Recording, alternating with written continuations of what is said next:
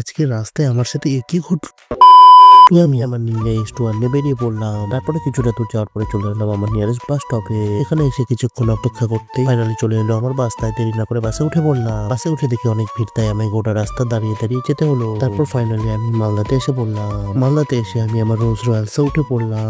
তারপর মালদা পৌরসভায় আমার কিছু কাজ ছিল, সেটা করার পরে ওখান থেকে বেরিয়ে পড়লাম। তারপর দেখলাম যে পাশে একটা 5 স্টার হোটেলে যে গরম গরম আলু পরোটা ভাজছে। দেরি না করে একটা আলু পরোটা ও পুরি নিয়ে খেয়ে নিলাম। তারপর কিছুক্ষণ অপেক্ষা করার পরে বালুরঘাটের বাস চলে এলো। তারপর কিছু দূর যাওয়ার পরে গা চলে এসে একটা হোটেল বাসটা থামলো।